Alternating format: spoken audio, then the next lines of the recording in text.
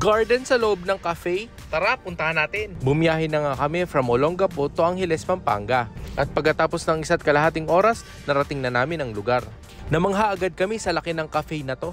O kaway muna bago pumasok. Ayun nga mga guys, pumasok na kami. At ang una ko nga napansin ay napaka-presko ng lugar. At ayun nga, pagpasok mo parang gusto mo kagad mag-picture-picture. At kung sa food naman, naku, napakarami talagang pagpipilian ditong tinapay.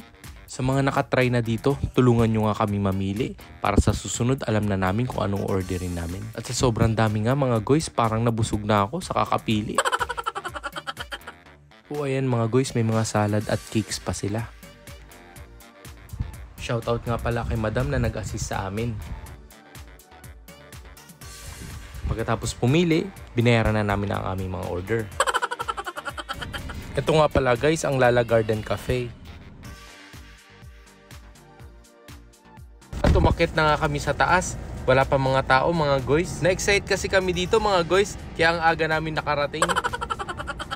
Ang ganda-ganda naman kasi talaga mga guys. At mamimili na nga rin kami na mapagpepestuhan. Ay, nauna na pala silang pumesto. Ito nga pala yung mga pinili namin ni Marcos. Ayan, habang inihiwa ako, gutom na ako dyan. Ayan, tikman na natin. Bang! Siyempre masarap. Si Marcos naman ang titikim kaya hiniwaan ko na rin siya. Tignan nga natin ang unang subo ni Marcos. O ayan, unang subo. Walang nguya-nguya. Parang cartoons lang, nasarapan. O si Margo naman, mukhang tuwan-tuwa sa kanyang carbonara.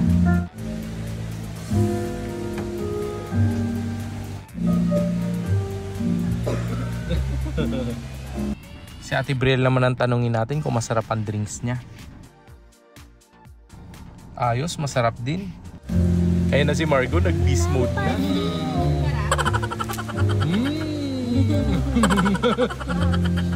At dumating na rin ang order ni Mama Goy. O ayan, nakatingin kami lahat. Parang may masamang balak pa kami. Kakamay na sana ni Mama Goy, kaso naisip niya naka-vlog pala. O Mama Goy, subong mahinhin muna, subong hindi gutom. Wag na mahiya, isubo na ng buo. Pero alam nyo mga guys, ang sarap ng mga drinks nila dito. At talagang mga nakakabusog ang mga foods nila dito mga guys. Ha? Ang ganda. Ang relaxing. Ang ganda ng ambience. Good food, good music, good place. Babalik-balikan. Talaga pag may naiwan ka dito. Pag may naiwan kang anak na natutulog na talaga. Pasensya na kayo mga guys ha, mahiyain kasi itong mga anak ko. Nangipay na. Nangipay na.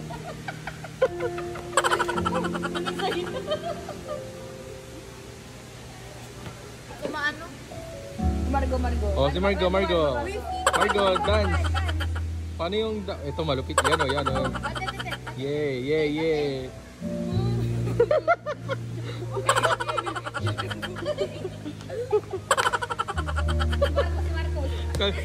Kaldag. Kaya kulang pa kaldag.